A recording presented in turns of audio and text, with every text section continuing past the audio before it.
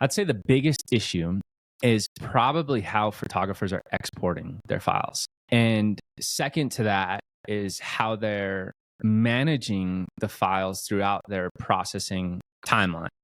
Like when you shoot a photo in camera and you take your raw file and you put it on the computer, you put it in a photo editing software and you process it, and then maybe you put it into another software to do something different.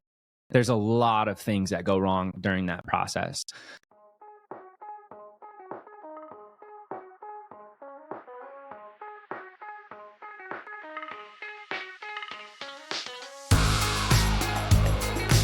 Well, hey everyone.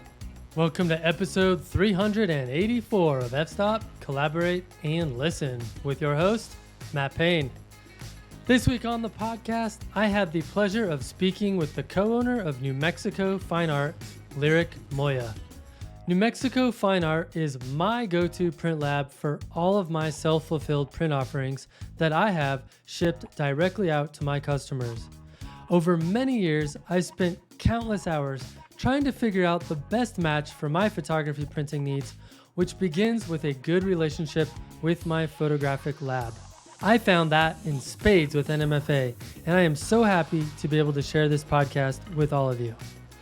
In this episode, Lyric and I talk about some of the common mistakes photographers make when printing their work through a lab, and we discuss some best practices for making beautiful prints that you or your customers will surely adore.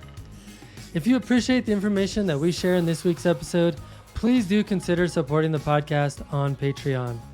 Even though this podcast is free, I think it makes total sense to pay for things that provide you with value. If you find value, I think that any amount greater than zero is a fair exchange. Thanks for your help. If you want to help out, please visit patreon.com/fstop and listen. Cheers. Okay. Let's get to this week's conversation with Lyric Moya from New Mexico Fine Art. All right, Lyric Moya, it's great to have you on the podcast. Yeah, it's cool to be here. This is exciting. This is actually the first time that either Rob or I have ever spoke, online or just out into the public. I mean, we've always been very personal with our customers. So we've talked to so many different people, but it's really cool to finally do something like this and be able to share our insights and our stories and all the things we've been through to get to this point. So yeah, it's exciting. Yeah, awesome. It's funny because Wayne Suggs and I talk a lot about you guys, and we're always saying, well, I just got off the phone with Lyric. It took me about 6 hours to get off the phone. Yeah, because you're chatty, man. I love it though. It's awesome. Yeah. Rob was asking me how long I thought the podcast would be, and I said, dude, I don't know what Matt's time limit is, but I'll try to keep it short. I don't know, but I tend to ramble sometimes. All good. Well, maybe that's a great segue. Why don't you go ahead and introduce yourself? Tell us who you are. Yeah, my name's Lyric Moya, co-founder of NMFA, NM Fine Art, New Mexico Prints. We've changed the name a couple of times over the past years. Co-founded the company with my best friend, Robert Jaramillo. And we started the company when we were 21, but we started printing when we were 19, 20 years old. Now we're 27. We've been doing it for about 7 years now. And I have a girlfriend that I've been with, since high school. I got a dog named Otis and a beautiful home. And that's pretty much it. Yeah, and you're in Albuquerque? Yep, we're in Albuquerque, New Mexico. And nice. Well, let's just dive into this, Lyric. So tell us a little bit about what New Mexico Fine Art is and what services you guys offer. Yeah, NMFA is a fine art printing company. We've kind of bounced around doing different things, since we started the company. Originally, it was supposed to be a gallery, and Robert and I were both dabbling in photography, and it's kind of a long story on how it all unfolded.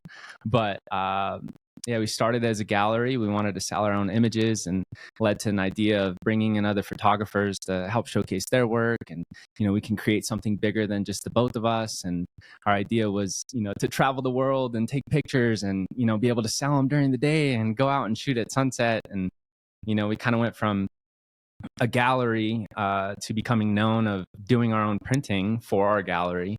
And we did a pretty good job with the gallery, but it seems like we tended to get more photographers in the door than actual art buyers. And that kind of naturally led us into becoming more of a custom printing company. And so over the years, we've kind of just developed into a print lab, and that's what we've become known as throughout, like, other photographers and other people. And yeah, here we are today. Yeah, I know you and I had a long conversation a few weeks back where you told me the longer version of the story about how you all got started, and I'll just spare everyone with the details, but it's a pretty wild story. Like, Rob dropped out of dental school to help you Pretty much print a bunch of canvas prints in your parents' garage. I mean, it's like a wild story, but I think it's an awesome, like, American dream type story, which is what kind of drew me to wanting to ask you more about that when we were on the phone. So, unlike a lot of other print labs that are out there, you guys have really limited your offerings to metal, acrylic, canvas, and really just a couple of paper types. And I was curious as to why you decided to go that particular approach. Yeah. Everything that we do and everything that we offer is always like with the photographer in mind. Since we had the gallery and we were selling our own prints, and we built out our online gallery and our online store, and we were talking to art buyers and interior designers, and we were working a lot with people looking to purchase art for their homes, we kind of got a really good understanding of what people actually liked and what worked in the gallery, what people didn't like. And I think that the print types that we offer now, photo prints, canvas prints, metal prints, acrylic prints, and now custom framing, are kind of like the core of what everyone is like knows. And I think that each one of the print types has its own role, like for a photographer and selling artwork. And yeah, that's kind of like what we've just always focused on. And we really haven't had like people ask us for anything more. Like, I know there's a lot of printing companies that will print on fabric, or there's a lot of companies that will print on, plywood, or they'll do like, dye sublimation to wood panels and stuff like that. And I think like everything has its place. And like, I think that's just kind of for a different market. I mean, we really don't have a lot of photographers even ask us for anything more than what we offer. So we're always open to like bringing in new papers. I mean, we brought in a couple papers for you, and they've been great. I mean, they've been great. Everyone loves them. A lot of people have been trying them out. And I mean, I got an email yesterday of someone asking for a different fine art paper, so we might stock that. So we're definitely not like opposed to bringing in other print types or print materials. We'll definitely consider like really anything, as long as it makes sense. I think if it makes sense for a wide variety of people, or if someone's like really serious and is going to be ordering a ton of it, then we're definitely open to pretty much any other print type. I always try to think things through like a lens of a business owner, and I know you guys kind of started out small and scrappy. I mean, it's just the two of you, a couple of family members helping out on the side, kind of a deal. Yep. And I feel like if you limit your options to just a few things that you can do really, really, really well, that follows a lot of the principles that I used to read about in nonprofit management, where like Jim Collins has a book called Good to Great. And in that book, he talks about like really just focusing in on what you're really good at and try not to deviate too far into different areas, because your costs of running the business are going to go up. Your expertise is going to get thinned out. So I feel like, especially as you're starting out a business like you guys have done, having a core number of products that you're really good at enables you guys to keep your costs much lower than most other labs. I mean, I don't know if people have ever done comparison shopping, but when a photographer signs up for your pro account, your guys' prices are probably 20-30% lower than most other labs. And I'm thinking that a big reason for that is because you've streamlined and simplified your offerings. Yeah, I think it depends. The price really depends on who you're comparing to. I wouldn't say 20 to 30, but we're definitely very competitive. Yeah. And a lot of that is because when COVID hit and all of the materials and everything went crazy, we tried to really pivot and make production more efficient so we didn't have to change the prices. So, I mean, as you know, and a lot of our customers know, we really haven't had many price increases. And we really like, our goal is to always help, photographers make more money and sell more prints, because ultimately, if we can help push the industry and the market in this, it's a small niche. Like, there's really like, I feel like a lot of people think this industry is huge, but it's not. There's not that many people selling, like there's not that many photographers selling prints. I mean, it's not as big as I think people think it is. It's big, but not that big. And so we've always really like thought it through, and we always wanted to keep the cost as affordable as possible, but also like, we're running a business. Like, it's really, really expensive. And you're 100% right. The more stuff you bring in, the more inventory levels go up. And it's not just as simple as that. If you want to do something really good, you have to systemize it. And if you don't have a system in place that can support production at a really high quality and a really quick turnaround, and at a high level, like it becomes chaos. And we learn that very quickly. And so we've tried to be as careful as possible. Robert is probably going to laugh when he sees this, because I've really, I'm definitely the delusional one of, this sounds great, let's do it. And then we start doing it, and then all of a sudden here we are pulling an all-nighter, calling technicians, trying to figure out, why this machine's not working, correctly, why we're not getting the results right. And then here we go, diving deep into 10 other things that we didn't really know we were getting into. So Rob's probably going to laugh when he sees that, because we definitely weren't careful a lot of the time. But yeah, I mean, if we were to add like 5 more print types, I mean, you really need to add like production lines for that. And you need to have tables set up with specific tools to, cut and assemble and put together and package. Like, everything is done a little bit differently. One of the things that people always ask us for is like traditional framing with mat boards and just, custom moldings from different molding manufacturers. And we've done it because we have all the equipment, but it doesn't make sense to offer that sometimes, because if we spread ourselves too thin, I mean, our shop just becomes chaos. We're not there yet. We're not this huge company that we can just add production lines whenever we want. Our shop is maxed out. And although we have a Valiani mat cutter, it's one of the most beautiful mat cutters in the world. It can do embossing and all this crazy stuff, but we just can't offer it. We had it for a big job, but it's just too much. It becomes too much.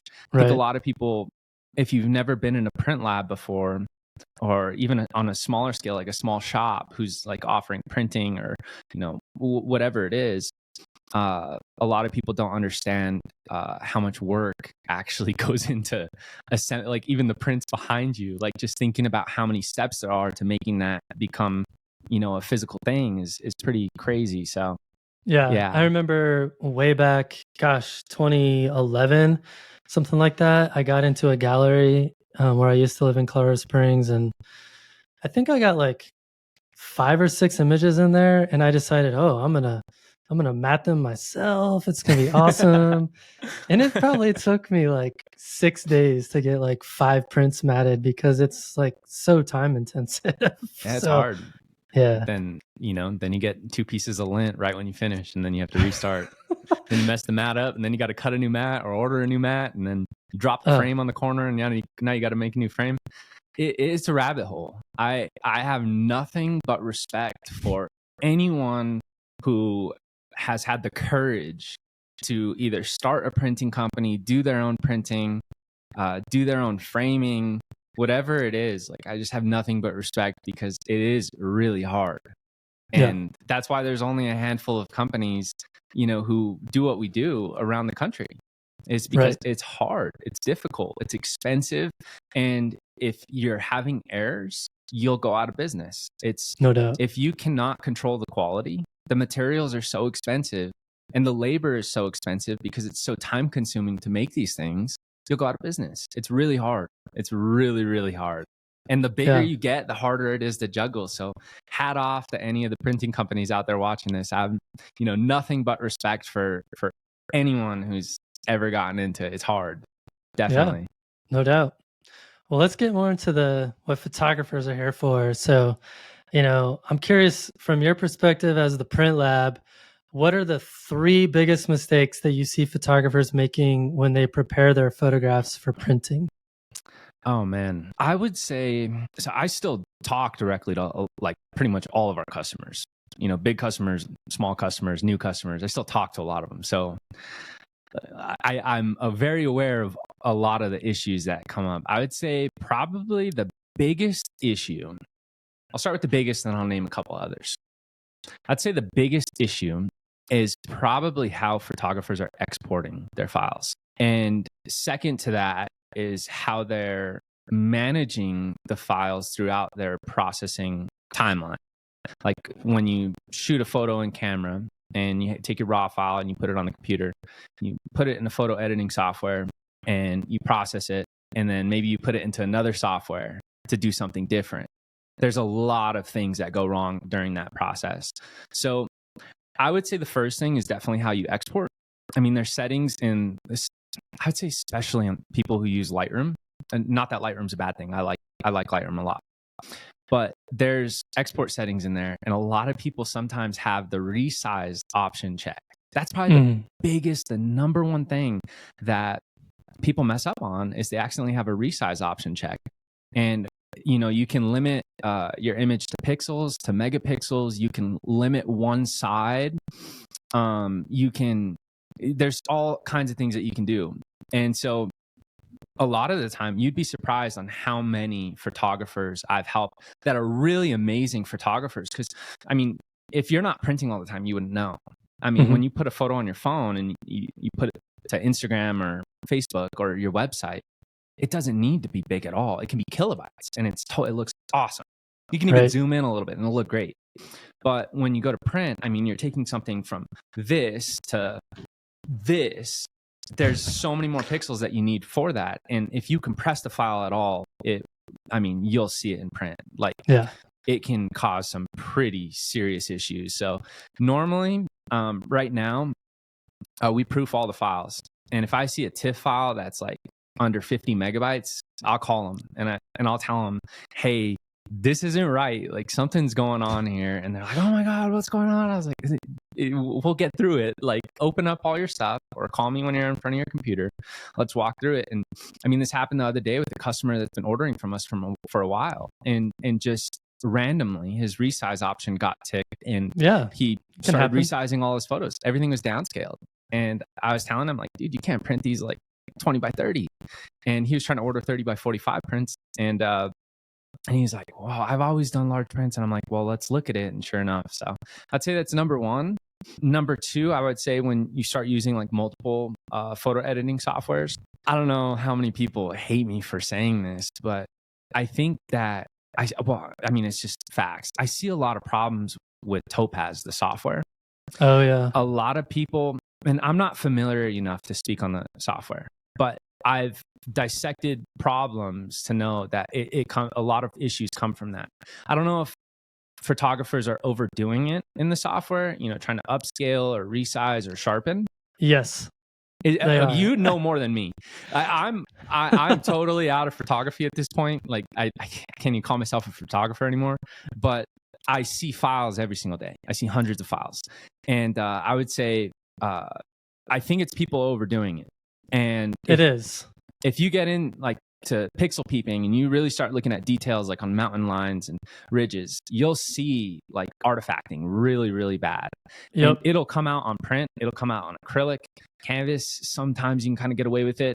Metal is, oh my God, it could be bad. Like if you have any sort of artifacting like that on metal, you'll see it a lot. So yep. I use Topaz quite a bit in my workflow, but I'm super careful. Like once I run it through, I usually will duplicate my layer before I do it in Photoshop. And then what I'll do is I'll use a layer mask to find the areas that it created weird artifacts, and I'll mask those out. I actually sent y'all a pretty big print job not too long ago. It was like a 50 by 75. Yep. And I think it turned out pretty good. And I used Topaz on that, but I had to go in and clean up a lot of weird stuff that got created in the file because it was it was nasty. Yeah, I've noticed it's definitely more noticeable in skies. Oh, for sure. Like even on the photos behind you, like the 40 by 60 behind you, like if like that sky could look really bad. Yeah, But crunchy and just not smooth. Like a sky should be beautiful and smooth and silky, not crunched and pixelated and have artifacts everywhere. So I definitely think, I know that there's a lot more customers of ours that use it and that have great results, but I think that some people just don't know how to, like you do, blend the images in Photoshop with like the original file and only use it in certain areas, or don't know to really zoom in and look at the fine details of what's actually happening. They're just kind of looking at it from afar, and it just starts making it look super crisp or whatever, and they think it looks great. But yeah, I mean, you have the image on your monitor at 30% or whatever, and like full screen, it's like, yeah, it looks beautiful. And then you get into like 100%, 200%, it's like, whoa. Yep. Look, what is that? Yeah. No, I think you should definitely make like a tutorial on how to do that or something that I can send people to, because that's probably the second biggest issue. I would say the third, I mean, a lot of people talk about like shadows and darks like getting crushed. I think, I mean, that's kind of a deep topic to dive into, but I would say that there's probably not as many issues like that as people think. Like everyone thinks like, oh, you need to brighten your shadows like crazy because prints come out super dark, and it's not 100% true. But I would say depends on the medium too. Yes and no. I really think that the most important thing is how you light the prints. And for sure, depending on the environment that they're going into, then yes, maybe brighten the shadows, or maybe no, you can leave it how it is as long as your screen's calibrated. But again, like color management, that's another topic to dive into. But I would say that's the biggest thing, is just exporting and accidentally compressing the file at some point. One thing that people do a lot is they'll export their file as a JPEG out of like Lightroom or out of Photoshop, and then open it into another software and tweak something that, like a sky or whatever, and then export it as a TIFF after that. And like, but that doesn't make sense. Like you're compressing the file, like by exporting it as a JPEG and then trying to re-export it as a TIFF, you've already lost all the detail. You've already lost all the pixels. And I've seen that a lot, but yeah, I would say those are probably the main things for sure. Yeah, I mean, you started to touch on this piece of it a little bit, and I had a question for later, but it makes sense to ask it now. Let's talk a little bit more about big prints, bigger than maybe 30 by 40, maybe all the way up to 40 by 60 and beyond. Do you want photographers to do any upsizing of their prints in Photoshop, or is that something that you take care of on your end of things? With I mean, printing is so everyone has different opinions.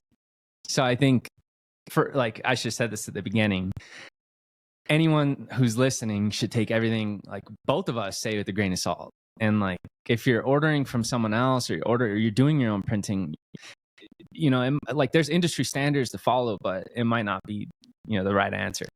And because everyone has, between the two of us, we have a lot of experience printing big prints, and we know what works and what doesn't. Yeah, everyone has a slightly different process. And so I'm thinking about different photographers who do different things. Like some people like to resize their photos and then sharpen them at the max size. I usually tell people, don't resize your photo. Just, you got to make sure it's in the right crop. And you can easily do that with a crop tool in Lightroom or Photoshop or whatever app you're using. Mm-hmm. And as long as you make sure it's in the right crop, I tell them send it in the native size, because from all the files I've seen, and I think I need to do this experience with Wayne Suggs, because I know Wayne's a big, he likes to resize the images and sharpen at a larger size, but I've never seen a difference in the actual print quality. I think that when you resize the photo and you're enlarging it, like in Photoshop, you're not really, like, it's going to make the file size bigger, but you're not adding any more detail. I really think that what you get out of the camera and what you have out of the native file is close to like what you're going to get, no matter what, no matter if you resize it to 200 inches, like it's not going to just magically appear pixels and be 10 times better on print. I just don't think so. I mean, I've seen enough files to where I would say for most people, that's the case. So what I would tell people is a lot of people don't have fast internet either. Is if you're exporting as a TIFF file, and you're resizing your photo, they're going to be like 2 gigabytes each, right? 3 gigabytes. Wayne sent me some files that were 5 gigabytes. And Wayne doesn't have fast internet. I was gonna say Las Cruces, it probably took him two days. 2 days. You're 100% right. Yeah, sometimes shout out to Wayne. I love Wayne. But yeah, his files are crazy. And other people too, though. Like if you resize your photo, export as a TIFF, 16-bit Adobe, it's going to be huge. And if you leave it in the native resolution, it'll probably be around 200 to 300 megabytes, sometimes maybe 4 or 5, depending on if you do like panorama. And I much prefer those. It's easier on the customer. It's easier on us. It's less downloading and uploading. I think you get the same result. And for us, we have to resize the photo no matter what, because we have to tell the printer what size to print it at. So if you're ordering, let's say a 30 by 60, we can't just take a file, download it from your Google Drive link or your Dropbox link and load it up onto the computer and hit print. Like maybe other systems work like that, but ours don't. Like that's not how we print. We have to resize every single image. And whether or not I know someone's resized it already, we still have to double check. Because if I don't double check and for some reason your print is 30.37 by 61.12 and I just hit print and you said it was resized but it wasn't, then it's going to come out wrong. It's not going to print right because the computer has to tell the printer what size to print it at. So I always tell people don't do it. I would say I'll leave that to the photographers to decide. We'll print whether it's a 5 gigabyte file or it's a 200 megabyte file. If you have a special process that you feel like is going to produce better results and you want to resize your photos to 60 by 120 and sharpen them a certain way and upscale them with topaz and do all kind of blending stuff, then I would say go for it. And yeah, I mean, that's my opinion. There's certainly some personalities in this space that have found a way to make a living on trying to convince people that there's all these magical ways of making your image better for print. And, I've done a fair amount of printing at large sizes on multiple mediums. And at the end of the day, I don't think you can perceive a huge difference in the end product once it gets mounted on acrylic, or if it's a metal print or canvas. Especially with metal and canvas, I mean, you're already losing some DPI there anyway. So I think people obsess a little bit too much over file sharpness when they need to be focused more on some of the technical quality of the file and also composition and ensuring that it is going to look good on the wall. I think those are much more important things to care about. Yeah, 100%. You're right. And I think to add to that would be the lighting that's going to be on the actual print. Because when you look at a photograph on a monitor, you're looking at like transmissive lighting. And when you look at a print, it's reflective lighting. And there is no light that comes shipped with you with your print. Like it's going to appear based on how the lighting is that you're putting it under. And a lot of photographers will freak out over that. And they'll be like, well, how do I know, it's going to look good in my customer's house? But you don't. That's out of your control. You can't control that. You can. And one of the things that I do when I have someone reach out to me and say, hey, I really like this photo, I have questions. My first question is, where are you putting this photo? Because that's going to help me determine what medium you choose, what recommendations I give you for lighting.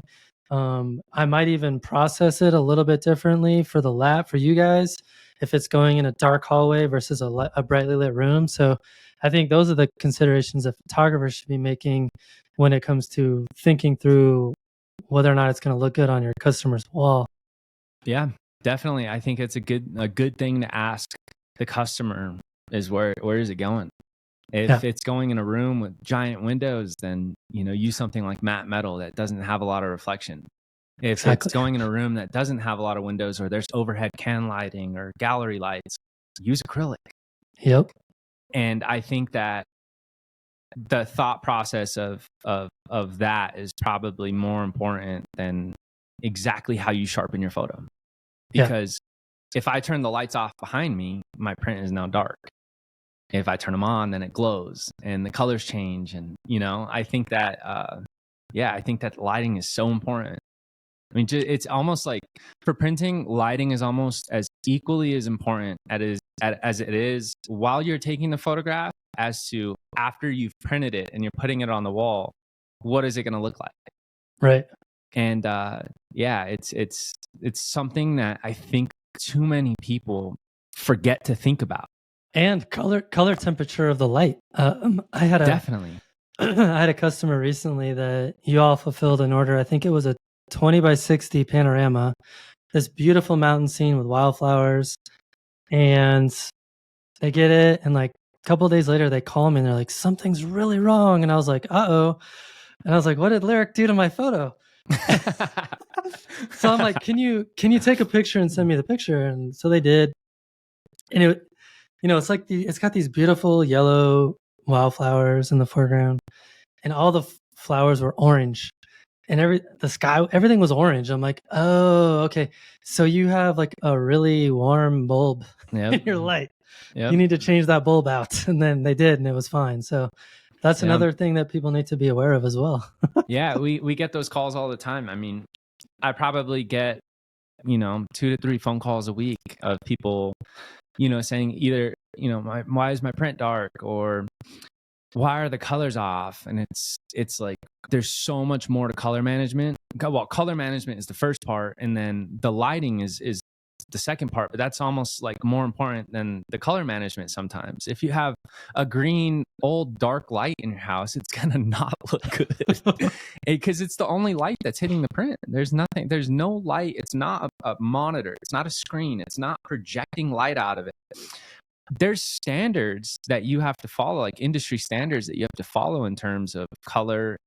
I mean, everyone's a little different in color, but color and brightness and shadow details, and without getting too technical, there's like standards to follow, but ultimately the light you put on the print is really going to make the print. It's going to make or break it.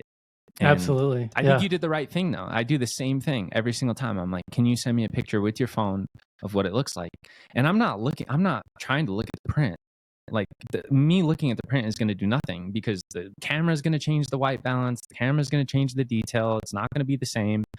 All I'm looking to get, without telling them right away, is like, I want to see the lighting that you're viewing it under.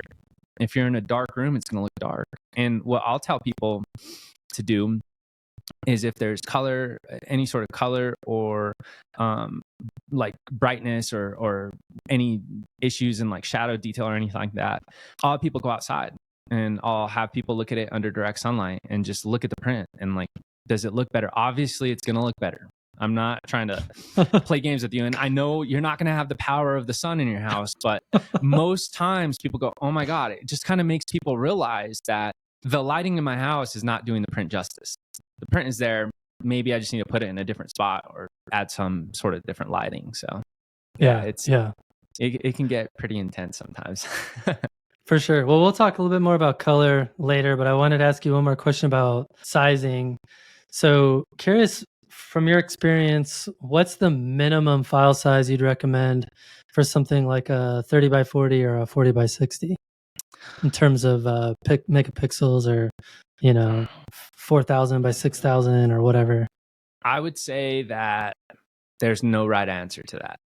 I'll give you general like guidelines to follow of something that I think can really help.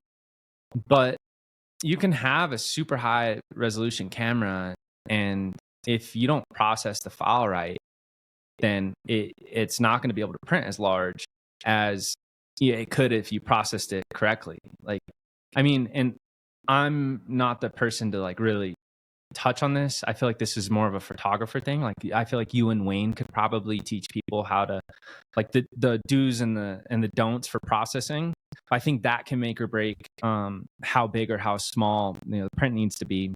What I always tell people is if you're using the native file size, meaning you didn't export the file at all, you took the raw file, you put it in the computer, you put the raw file into Lightroom or Photoshop, and you started processing it, and you didn't do any image resizing.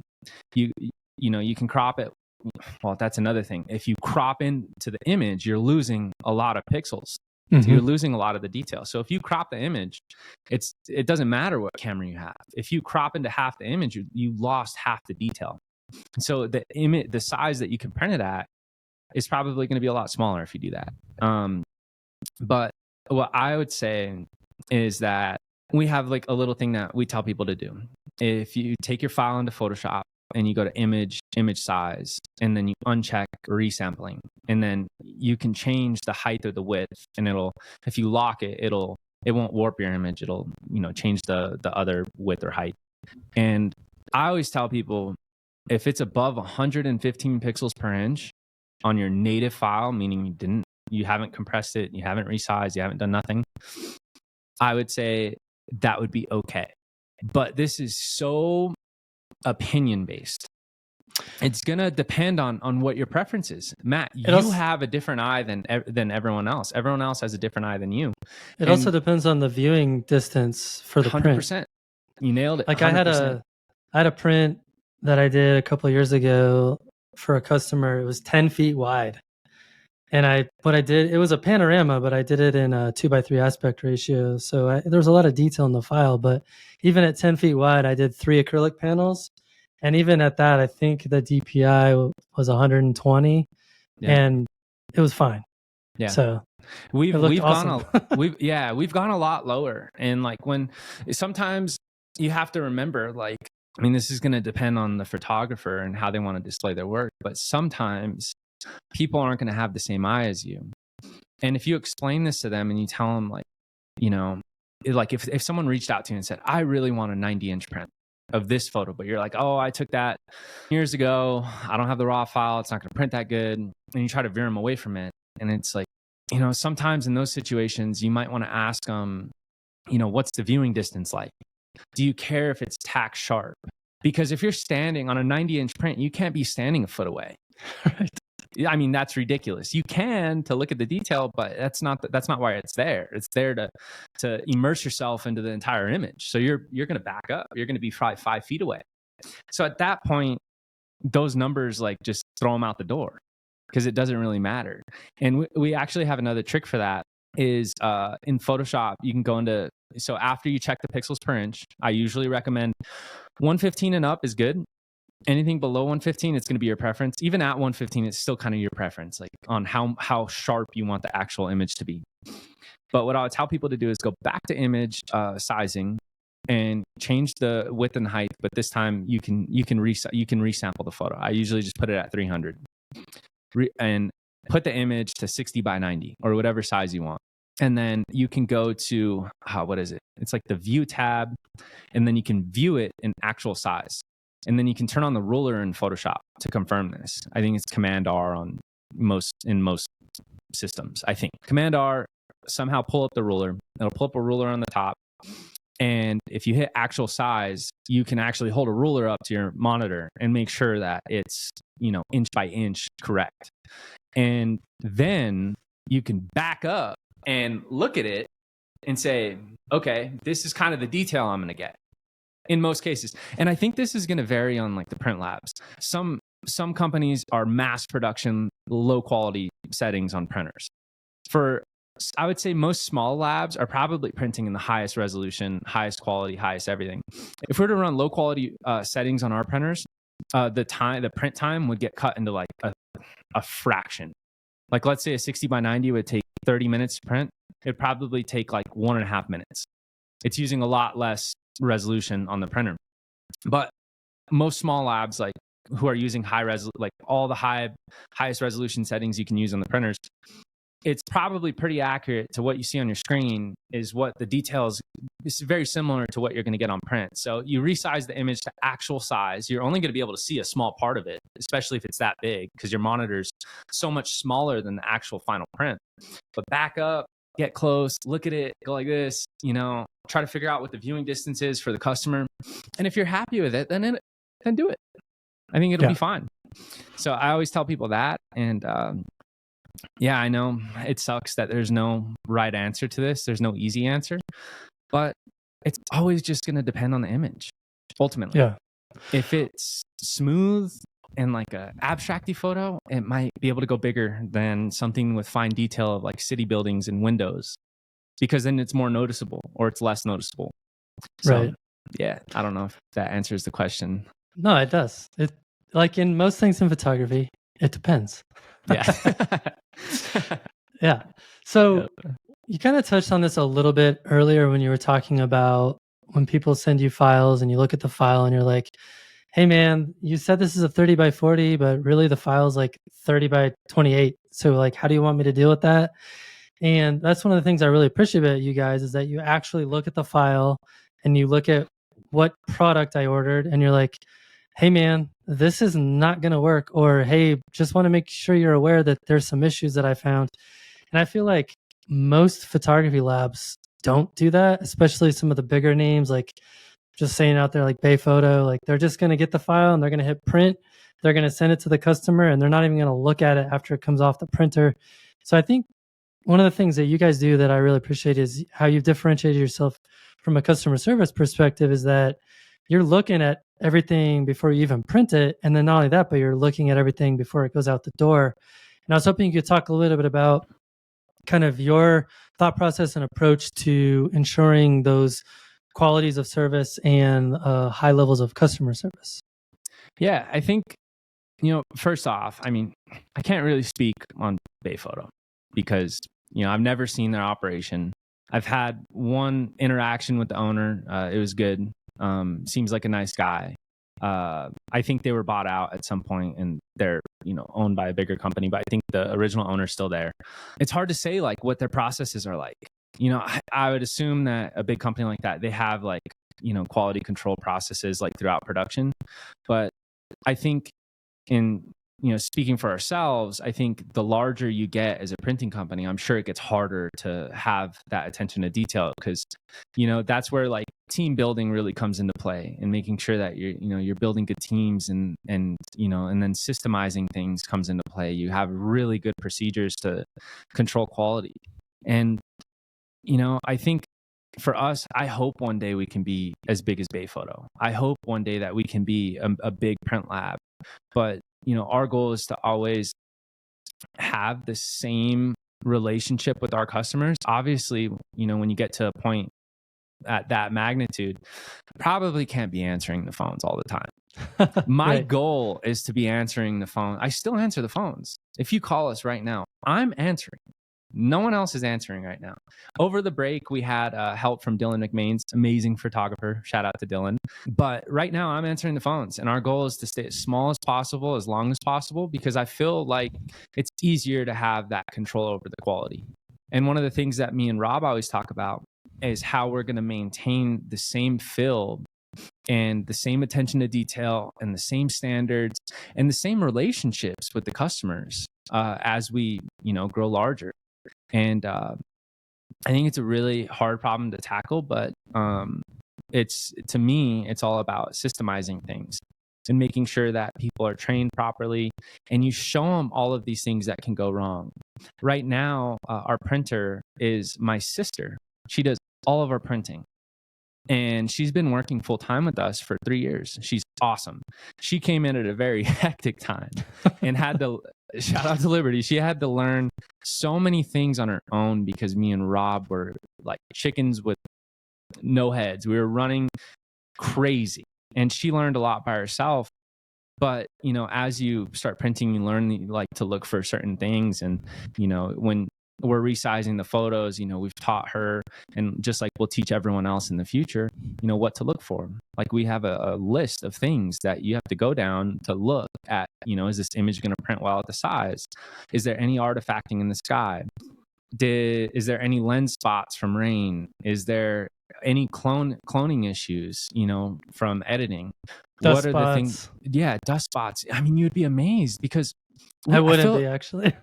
we have to do that as a print lab Yeah. because when photographers are processing the files, they're looking at it on, at most, I'm sure most people, a 32-inch monitor or a 24 or 27, whatever it is.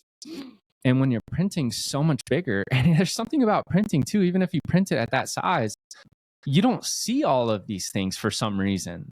And when it comes out on print, it's like, boom, it's in your face.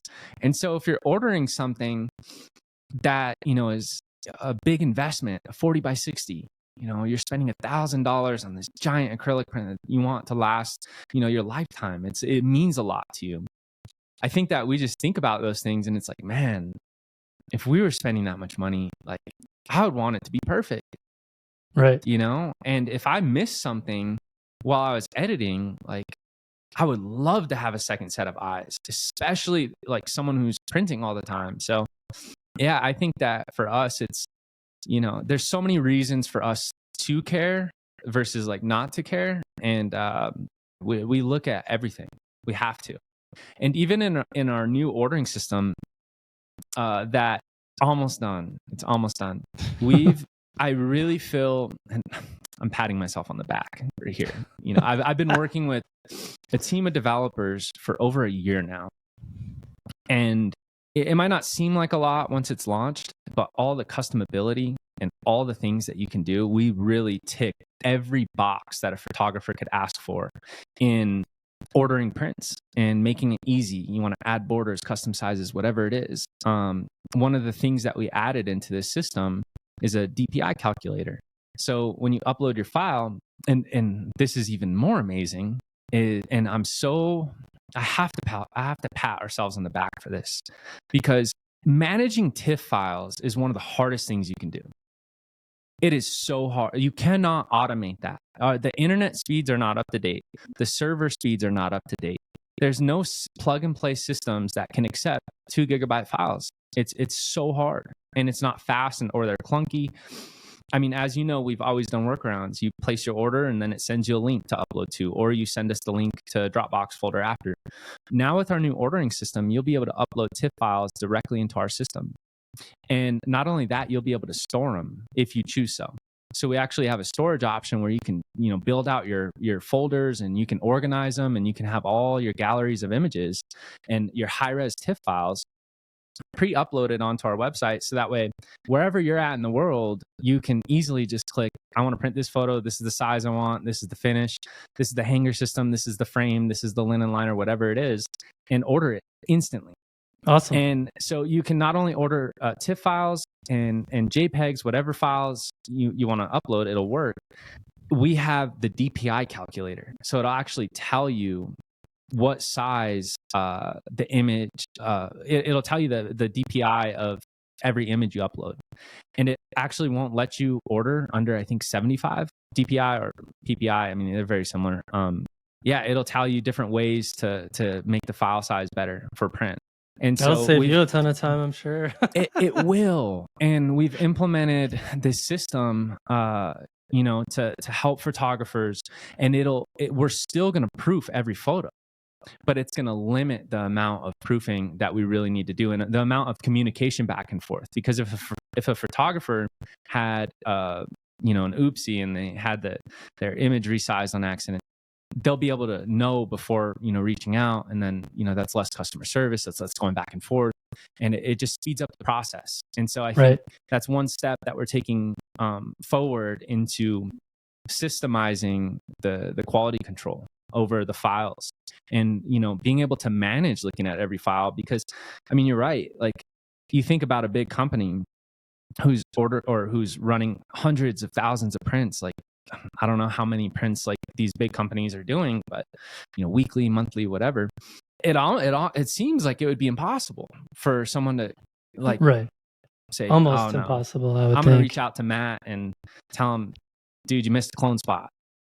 So they're not looking at that stuff for sure. Yeah, they're just hitting print. It's hard, but we're gonna continuously do our best to innovate and try to use technology to our advantage, and develop new things to help us really control the quality. And because it really does take a human eye as well. Like you can only run them through a system so much before you really need a person to look at it and say this isn't right. So yeah, there's kind of a lot to that.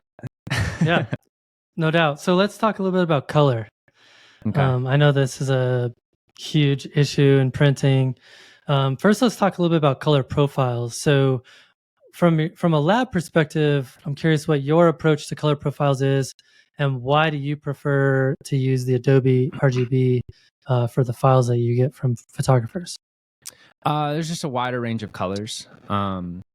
My business partner Robert is definitely this is a good question for him. I would consider him to be like really the guru of printing at this point. We did everything together at the beginning, and our roles have constantly evolved and changed. And Robert runs production and all the operations. He oversees everything. He could probably give more insight on it, but I'll definitely try my best to give you as much information as we can. But Adobe 1998 RGB has a much greater color range than sRGB. sRGB was developed for the web. And so almost everything you see on the web is sRGB. So that's kind of why I think most companies only accept like sRGB, or they only print in sRGB, is because that's the most common thing to the web. But when you use a different color profile like Adobe, you can get a wider range of colors while you're processing your file, and then also while you're printing. So on the other side of that, there's also printers that can cover 100% of Adobe or even more than that. And again, like there's so many printers in the world, it's hard to say like what other labs are doing and what they're not doing. But to answer your question, Adobe has much more colors in it than sRGB. And yeah, I mean, you can, if you soft proof, you can change the soft proofing based on sRGB or Adobe or ProPhoto. You can change it and it'll show you what is in or out of gamut. Exactly. And then ProPhoto is another one. I know some people, and maybe you can tell me the right answer on this. I think it's a photographer question, especially someone to your expertise. I know some people process in ProPhoto, but then convert to Adobe before print, and they make sure all their colors are in range, because we can't print ProPhoto. I mean, we can, but if the colors are out of range, the printers will try to match the color, and then sometimes you can get inconsistent results that way. Right. So I always tell people, don't go to ProPhoto. Maybe I'm telling people the wrong thing, but I mean, that's not really my space. That's something more like you and Wayne and others. I would just say don't export it as ProPhoto. Export it as Adobe RGB 16-bit TIFF. Yeah, anytime we get a ProPhoto file, which is still often, because people just don't know these things, we have to convert it. So we'll convert it to Adobe, and we'll try to make sure that all the colors are in range. But yeah, it's I think that answers your question. It does, and I feel like I answered part of my follow-up question, which was going to be about how photographers can try to ensure that their prints closely match what they see on their screen. And a lot of it is color profile management, in addition to something that I try to do. Like when I'm editing my images, I'm actually, from the beginning, I'm editing with printing in mind, just because that's my workflow. And so I'm already like lifting some of my shadow areas a little bit more than I might normally do, just because I know that most of the time those blacks are going to get a little bit crushed in the printing process. Not a lot, but a little bit. It's, like 5-10%. So I'm already doing that on my end. And then when I send you the file, the TIFF file, like it's ready for print. Yep. No, that sounds good. I mean, I would say my recommendation is like, if there's any photographers who are listening, definitely you would be a great person to take advice from. Your files are awesome. All your prints come out amazing. You and Wayne Suggs have some of the most amazing files. And I mean that. There's a lot of people who give advice who don't have great files. And there's so much random information out there about printing and what's right, what's wrong. I would say that you would be a great, trustworthy person to take advice from in file management. One thing that I would touch on in terms of color management is what I always tell people when people ask me, like, how do I get my prints to come out like what's on my monitor? I'll always tell people first, like, do a couple test prints, get them in the mail. We'll send you a sample pack. We give sample packs for free. We'll send out 8x10 of all of our finishes for free. And it's a pre-printed photo. It's not custom photos. And I'll tell people, here's the file, here's the sample prints. If you want to print your own images, you can order them, get the file up on the screen, look at the prints, tell me what you see. And if it's good, then just leave it. If you want to dive deep into the rabbit hole, we can talk about color management, because you can match the photo to exactly what's on the screen. But there's no right answer to this on the internet. And the only right answer, and people will come to me, oh, well, I saw this video and I followed this video. Well, that guy's printing his own images. He has his own workflow. Or, oh, this company helped me set up like this, and or my prints have always been perfect from this company. They have their own workflow, and it might match to what you're doing, or maybe they helped you set it up. I would say, if anyone's listening and they want their photos to match on print to what's on screen, you go to your print lab, or if you're printing your own photos, maybe you can follow some of the guidelines that we use, and maybe it can help you. But you got to find out what works for you. But with other companies, everyone has a different workflow. Everyone uses, different color settings or different calibration settings. Everyone's building ICC profiles differently. Everyone has their own tweaks that they do that, they think it looks better or whatever. There's industry standards, but everyone kind of veers off of those a little bit. So there's not a right answer to this. And the only right answer is to go to the person printing your photos and ask them exactly how to match it. For us, I can speak on us because this is what we do. And for anyone who wants, to match their photos to their screen and wants to dive deep into that and really cares, what I always tell people is our ICC profiles are built for D50 color space and 120 lumens. And so if you want it to match identically, and this is going to depend on your eye, I would recommend getting the same monitors we use the same monitor calibration device that we use to calibrate our monitors, use the exact same settings, and then you soft-proof with our ICC profiles. And you have to follow the exact same steps, because if you do one differently, you'll get a different result.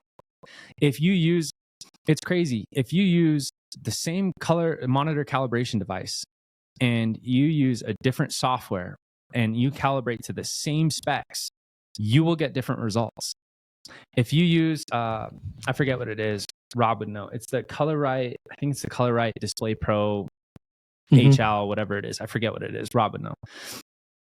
And you calibrate your monitor with the Calibrite software, and you have a BenQ monitor.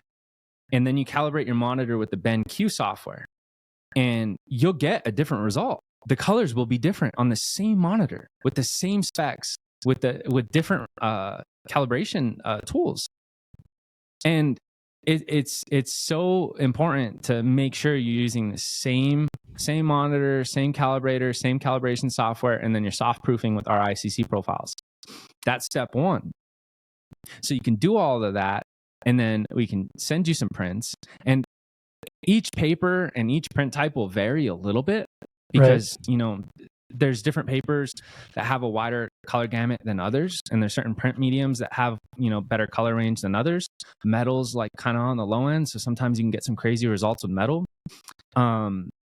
But you get your prints in the mail, and you put them on your desk, and you look at them on your monitor, and you did all the monitor steps like to the exact T, but it's different. Well, that's because you're looking at a print and a screen. There's a difference in lighting. It's transmissive lighting versus reflective lighting. So What kind of lighting do you have on your desk?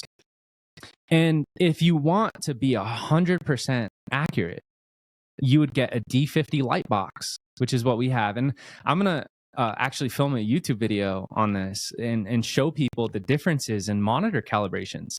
I'm going to show 3 different monitors. I'm going to show the print with overhead lighting that's 3,000 Kelvin, overhead lighting that's 5,000 Kelvin, and then a light box that has D50 lighting in it, which is kind of equivalent to like 5,000 Kelvin.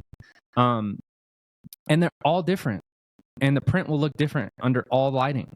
So that's when the lighting becomes so important. And really the best way, if you want it to be identical to what we see, is to get a D50 light box and you put it side by side with the monitor. And then once you soft proof the ICC profile, they're dead on. It is dead on. But people are going to say, well, obviously no one's going to look at my prints under a light box. Well, what do I do about that? And it's like, well, the answer is you can't do anything about that.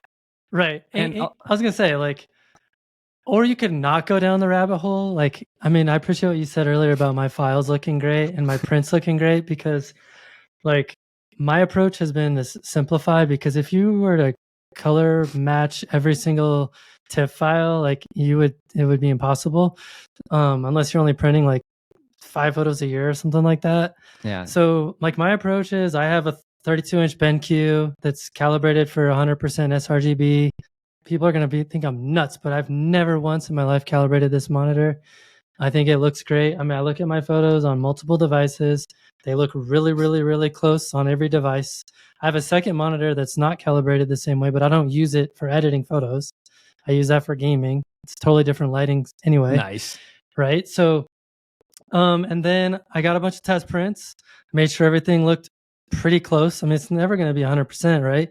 And like you said, I can put it under these lights in this room, or I can put it in a hallway. It's going to look different there anyway. Yep. So my approach has been like, get it close-ish and just be good with it. I mean, otherwise you're going to spend hundreds and hundreds and hundreds of hours trying to perfect a process that doesn't need perfected. It can be perfected. Thank you. Yeah. Matt, I am with you 1,000,000%. I have to go down the tech rabbit hole of how to do it properly, because we're a print lab. But as a photographer, I'm with you. And that's why I tell people, I'll send you a free sample pack of every print type we offer. And I'll send you the TIFF file that we're printing. And you can soft proof and look at it. If it's good enough, just be okay with it. Go focus on shooting and processing your files how you want them, to be processed. And the prints, here's the thing. We're always using the same ICC profiles. Before and after every print run, we run print calibration tests. And we make sure the colors do not change. And that's why I tell people, like, they're like, oh, my print start, can you send me another one? And it's like, it's not going to change, because we're calibrated and set up this way. And we're going to be calibrated and set up this way for many, many years. It's not changing. Right. If you order a print from us in 5 years from now, it will be the same color. It will be the same brightness, because this is how we're set up and calibrated. So when people stress about color management and my prints are always going to look different. Your prints are always going to look the same. They're just going to look different in different spaces. The print, the color and accuracy always stays the same. And we make sure of it. Yeah. I mean, I've never gotten a print from you guys that I wasn't happy with. So, I mean, obviously we both have to do our job correctly, right? Yep. But, if I've had multiple images of the same photo and it comes out the same every time. So exactly, for me, that's like one of the most important things that I want. Like, I want consistency, because I know, like, when I order a print for my client, it's going to look exactly like the one that I ordered for the client before. For me, that's important. If you put them in the same room under the same lighting, they will look the same no matter what. Right. But you take those two prints and you put them in two different homes, they'll look a little different. Exactly. You can't control the customer's lighting. And no matter how, this is what I've learned. We've done huge commercial jobs, and we tried to get these development companies to install like specific lighting because we knew it was going to look better. They said no. And you just have to accept the fact that some people are not going to have great lighting on the prints that you make for them, and some are. And I'm with you 100%. I think more photographers should stress less about trying to make it match identically to the monitor. And, they should follow some of the guidelines if they wish to. and just be okay with it. And if there's a serious issue and they feel like their images are coming out like, and I mean to the extreme, like almost right, like pure yellows black, have shifted to orange or something, then maybe your monitor is too old and it's just completely out of whack. I think that if you follow our method of calibrating your monitor, even if you use a different device and it's a little bit different, but you at least calibrate it to 120 lumens and D50 color space, I think that I'm with you. I mean, you should. Yeah, and I mean, one of the things I like to do is I'll look at it on my phone, right? Yep. Like on Apple iPhone, I'll look at it on like a couple different screens, and if it looks pretty close on all the screens, I know I've done something pretty okay. I just did a workshop, and we do critique sessions where we help people edit and things like that, and one of our students turned in a file for us to critique, and it was like super magenta on my Apple display, and it turns out they had edited it like on an older laptop with an old screen, and just the color shifted super green on their screen, and so they edited to make it more magenta than it needed to be. So I think it's important to look at it multiple different ways to see if it looks okay. I think that's perfect. I mean, you nailed it. I mean, you nailed it. Because sometimes we'll get people that have like, a super old HP monitor that was 20 years old. I mean, the LEDs are probably burning out, and the color, like, they're typically like anyone with like a MacBook or like a new. So here I'll tell you like the most common issues with brightness and like prints coming out too dark. Oh yeah. Most people with a MacBook are typically fine. We never get issues with people who have a MacBook and like don't calibrate their screen. Even if you have the brightness at 100, that's a little too bright. With a MacBook, once you calibrate it to like 120 lumens, it'll usually drop the brightness between like half and 3/4. People on a iMac or one of the desktop versions, if they have the brightness at 100%, sometimes their prints will come out a little too dark because they're looking at like this image that's glowing with the brightness of the sun on their monitor. And then they get the print and they're like, oh, why is it a little dark? Well, your monitor's not set right. It's too bright. And then on the other end of that, Windows, users who have a super old monitor, sometimes the colors could be way off and like extremely off. I mean, when we're talking about color calibration, we're talking about like micro differences and like magenta shifts. I mean, in the old monitors, I mean, you're talking like you said, their monitor is green, so they compensated for that, and now their image is just burning magenta. Exactly. So yeah, I think your answer is perfect. Look at it on multiple devices, and if one is way off, then you probably know that might be a little bit of an issue. And if you're editing on that one and you put all your images to your phone or your tablet and they're just way bad, then maybe you should get a newer monitor. And yeah, I think your advice is perfect. Yeah, I know a lot of people use the MacBook, and my recommendation for that is to change the color. There's a photography color profile, and it's pretty good. Interesting. So yeah, I would recommend people use that for sure. I'll have to take a look at that. I've never tried. I had a 2019 MacBook Pro for a while, and I calibrated the screen, but I never looked at the other profiles that were pre-installed on there and compared it to our calibrated profile. That's another thing. I mean, I don't want to stay on this subject forever, but even if you calibrate like a monitor, like a MacBook or an iMac, and you're trying to work in Adobe 1998 RGB, they don't cover 100% of it. Right. So sometimes the colors you see are not accurate. I mean, they're accurate on print and they're accurate in the file, but the monitor you're displaying them on is not showing you the true color. Right. So if someone's looking to buy a new monitor, I would say try to look for something that covers 99% or 100% of Adobe RGB. And it's probably, if it's newer, it's probably going to be a pretty good monitor. Yeah, so I agree. So let's talk about matching our photographs to specific mediums. And like we said earlier, you guys do canvas, metal, acrylic, and fine art, loose paper prints. So how should photographers think about matching various mediums with the images that they print? Meaning, what images do well with metal, paper, and acrylic, etc.? Ooh, that's a rabbit hole of a question. Printing's just a rabbit hole, so you can. It is. I know. I don't envy you. Yeah. Oh man, I appreciate that. I would say that for canvas, let's start with canvas. I think each print type kind of has its place. I had an interior designer point this out to me, and it made so much sense. And we had been printing metal and acrylic for a while, and we had been doing canvas for a long time. And like when we first opened our gallery, all we had was canvas because that's all we could make. And we wanted to produce all the prints. And she looks at these prints that we made, said, "It doesn't look right." And I said, "What do you mean? Like, we've always made the prints this way for you, same thing we've always done." She said, "I just don't think that photographs should be on canvas. Photographs with a lot of detail and like, there's cars and streets and, whatever." And she's like, and in her storefront, she has like a lot of hand painted art. So she's like definitely more of an art person. She said, "I feel like canvases are more for art and artists, like people who paint."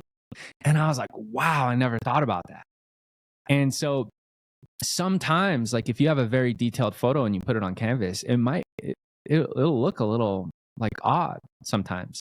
And I think psychologically, you're so used to seeing paintings on canvas. When you see a photograph, sometimes it might throw you off a little bit. And I've never really understood why photographers didn't like canvas, because a lot of people will say that you lose detail and you don't get the same resolution, blah, blah, blah, blah, blah. That might be true with other printing companies, but our canvas paper is incredible. You can get really good detail.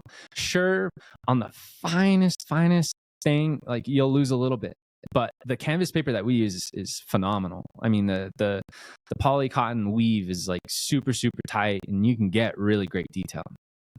I think it's not true with all printing companies, but I mean, I hate to boast or sound like a sales guy, but our canvas is really good. You get a lot of detail out of it, but sometimes it just doesn't work. And so I think, Yeah, I mean, just real quick, I will say this.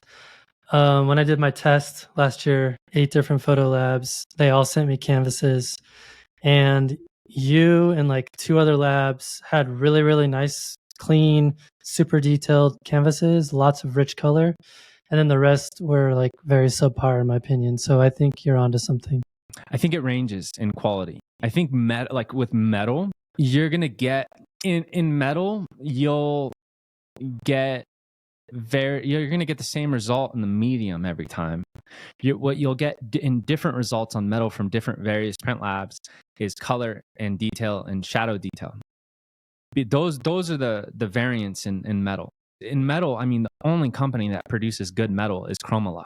They're the only ones. We've tested every single company in the world. Like, they are the only ones who produce high quality metal. No one comes close. There's other companies that are actually like pretty like competitive with them, and I think Chromolux is light years ahead. I don't think Chromolux is perfect by any means, and we can dive deep into that if you wanted, but they are by far the best dye sublimated metal piece of material. And now you think of canvas, and you think on the other side, the actual canvas paper that print labs are using can vary drastically. Whereas the metal that most print labs are using is Chromolux doesn't really vary. The canvas paper will. There's so many companies and manufacturers in the world that produce canvas paper. And then you can print on them with so many different types of printers, sorry. And there's different canvas papers that are for different print types or printer types. And then I think on the other end of that is like the quality settings that you're running them at. Are you mass producing them, or are you trying to, print, high end G clays that are going to last forever? And so I think you get a lot of different results. But for canvas, I mean, back to your original question, I think canvas, I wouldn't say it's not for photographers. I think it's a great affordable option for photographers who want something cheaper. And maybe someone has canvases in their house and they just want them all to match. I think that's a great time to use canvas, is when someone already has canvases. They want it all to be same. If one person had 10 canvases in their home and then you told them, no, you need a metal because it's going to look better. Will the print look better? Yeah, probably. But is it going to look better for their home? Probably not. You probably want to match it. So on the other end of that, I would say canvas is good for abstracty like photos. I think it's great for it. Like if you have a abstract photo of leaves, like I know you have a few different abstract photos of like the aspen trees. I think those can look amazing on canvas because they're painterly like. They're very painterly like. So I would, I mean, I can get stuck on each print type forever. So I would say canvas would probably look best with more abstracty like photos. If you have a photo with a lot of detail, use a different print medium. Use metal or acrylic. And Right. the battle between metal and acrylic, I mean, this is like the thing that everyone always talks about. There's not a right and a wrong answer. I think they both are great. And let me backtrack and say every print medium that we print on, color-wise, is almost identical. So all the photo papers are almost identical. Each one has a different white point, and each one has, a different, a slightly different color to it. Like in terms of the actual paper color, like one's a little wider, one's a little warmer. And yeah, I'm glad you mentioned that because again, going back to the test I did last year, and I'll put a link in the show notes, but I did this crazy extensive review of 8 photo labs, metal, canvas, and acrylic, same file. And what I was amazed by is some of the labs, there was huge variation between the 3 mediums. Like some of them were super greeny looking, or like color variation. But I will say with like you guys and maybe 2 other labs, probably the same 2 other labs, like there was very reproducible across all mediums, which I think as a photographer who sells prints, that's ideal. Yeah. No, to me, as a ex-photographer, I hate saying I'm a photographer. People will say, oh yeah, you're a photographer, right? I'm like, oh, not really. I don't leave my house much. I am working 24/7 now. But yeah, it has to be that way in my opinion. And I think consistency is super important. And, I think that as long as the prints are consistent in color and you always know what you're going to get, with the exception of subtle differences, I think that's how it has to be. And so like all of our photo paper options are all, done on inkjet printers, and they're super consistent. And the inks don't really change much. They don't really settle. You don't really have a lot of inconsistencies in it. And the color profiles that we've been able to produce for those, the ICC profiles, are when they come out on print are almost identical. And then you have canvas prints, which we also run on the same printers for the same reason. We want the consistency and the consistency in resolution, quality, and color. And so our canvas prints are very close to our photo papers. I mean, you're printing on a different medium, but it's still the color, the contrast, and everything is very similar. The details that you'll get in different shadows might vary a little bit because you're altering the finish. On our canvas paper, we use a satin coating. We're one of the only companies in the country still that I think spray our canvases. We have a spray booth, and every canvas gets a couple coats of varnish. And so we'll actually hand spray varnish onto the prints to protect them and seal the pores in the canvas. Some people roll them. I think spraying is better and it's more efficient, and the coating comes out a lot nicer.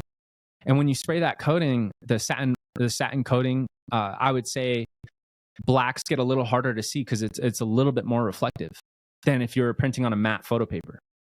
So there's subtle differences there, but and then going back to metal versus acrylic, the metals, the acrylics, the canvases, and the photo papers, they're all very similar in color, contrast, and shadow detail. And so when you compare metal and acrylic, to a lot of people, they look pretty similar. And so what it comes down to is the cost. The metal is a little bit more affordable than acrylic.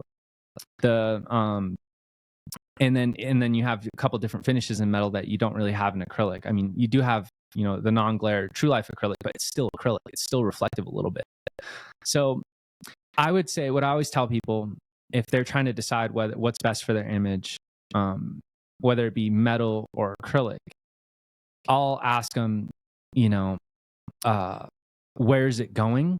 Like, where's the print going in the house? Because I think that back to the image thing, it's like, I'm trying not to go off track. Back to the image thing, it's it's a rabbit hole. I'm trying to stay out of the rabbit hole. Back to the image thing, I think any images will look great on metal or acrylic. I don't think like canvas. I think there's more painterly like photos that are better on canvas than maybe like high resolution detailed photos. On the other end of that, I think like painterly-like photos still look great on metal and acrylic. So that's kind of a confusing one. Just pick whichever print types you like the best. But well, I mean, to your point, I always just think about the viewing environment, right? Because if you have a room with lots of windows, you definitely don't want to go with gloss metal, right? Because you'll never see the print.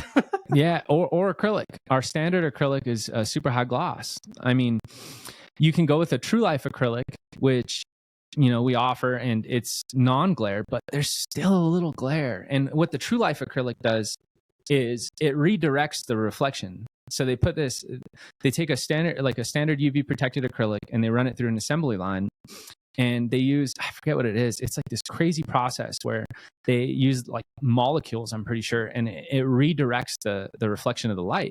So if you actually look at acrylics from different angles, you'll see a lot of reflection in certain angles. And they're green almost. Yes, and depending on when they run them, I mean, we've seen back in the day we saw results where the reflection is more magenta or pink, and then sometimes you'd get acrylic sheets that had more of a green cast. Lately, over the past couple of years, all I've really seen is that green reflection. So I'm not really sure if they changed up the process, but yeah, the reflection part is actually a little green.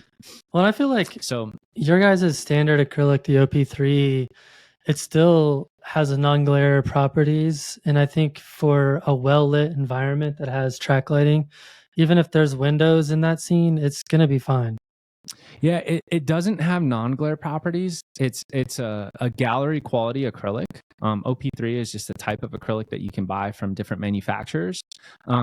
It does have a UV protected coating on it. And it's hard to say, like, you're saying it's non-glare and it has non-glare properties. It doesn't really have non-glare properties, but it's hard to say what other companies are using. Maybe you're right. Maybe other companies do have something that's a little bit more glossy, and that's what you're seeing. Trust me. But I wouldn't know that because I haven't seen, all the different acrylics, out there from all the other companies. But it's very nice, and it could work in a room with windows. It could not. It's all preference, and that's why there's no right answer. But I wanted to. Well, I mean, not to answer the question for you, but like I love acrylics for images that have a lot of color in them, because especially if they're lit correctly, because it can look almost translucent. Yep. Yeah, especially when they're lit correctly. I think there's nothing like it. I want to touch on a couple of things between metal and acrylic that I think a lot of people are confused on, because I get these questions all the time. I'm still answering the phone. Like every day I'm answering these questions. They say, what's the difference?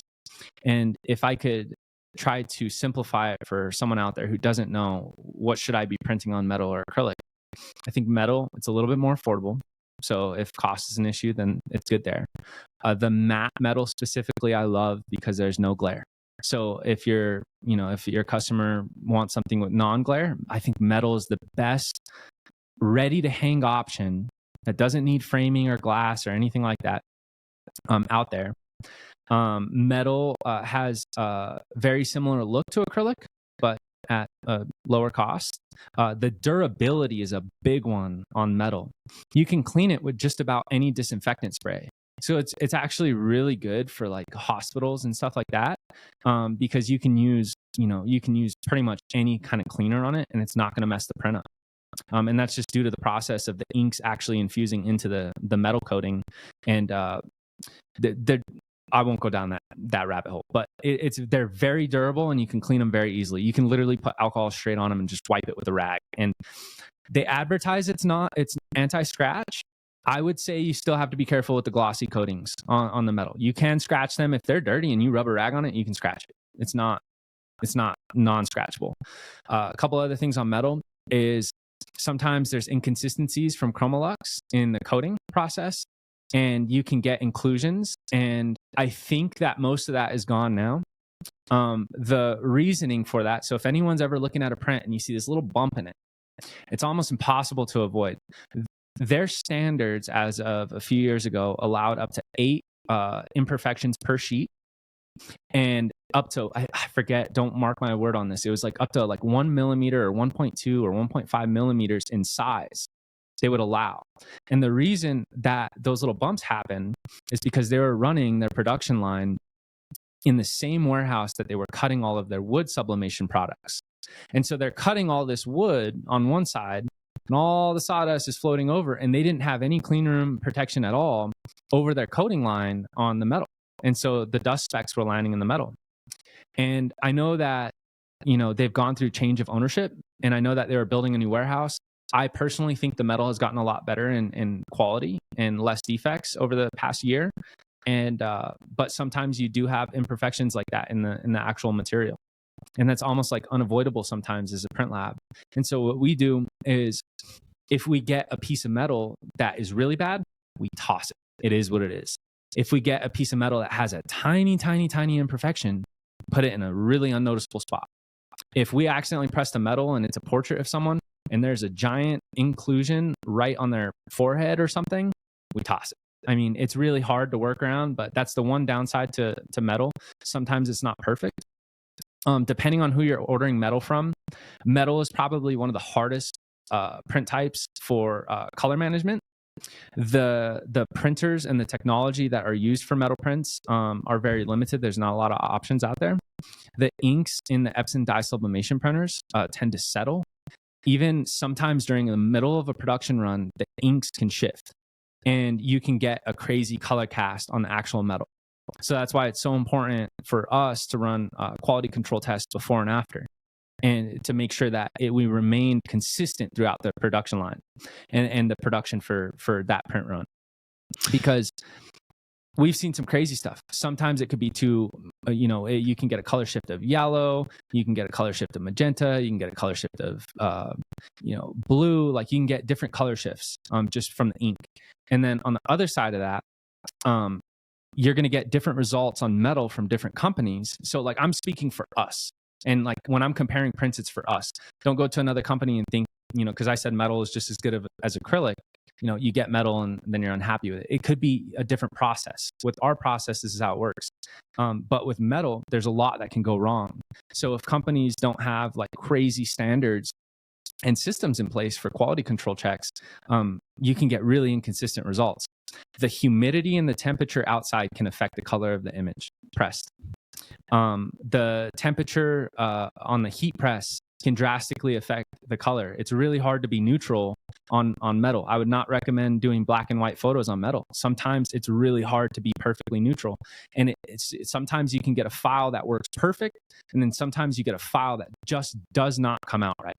I was going to ask you about that. Yeah. I'm trying not to stay on this forever, but I feel like it's so important for people to know, these things. And because we've printed on thousands and thousands and thousands of metals now, and, no one else it seems like on the internet really talks about these things. Like, the other print companies are gonna try to sell you on metal and say, oh, gallery this, gallery that. Well, I feel like these things, people should know about, from the inside perspective, like the downsides and what to look for. The heat and the time that you're running the metals at, because the way metals are made, for those who don't know, they're printed on a dye sublimation paper. You have a Chromolux metal that has a specialized coating on it. You put them together, you put them in a giant heat press. It's like cooking a pizza. And you press them with heat, time, and pressure. If you cook it for too long, it can change the color. If you don't cook it long enough, it can change the color. If you don't have enough pressure, you can get crazy texture and different results there. If you're making more than one print at a time, because most of the standard heat platens are 44 by 64, or I think it's 66 actually, I forget. And then they have the big ones that are like for 4 by 8 full sheets.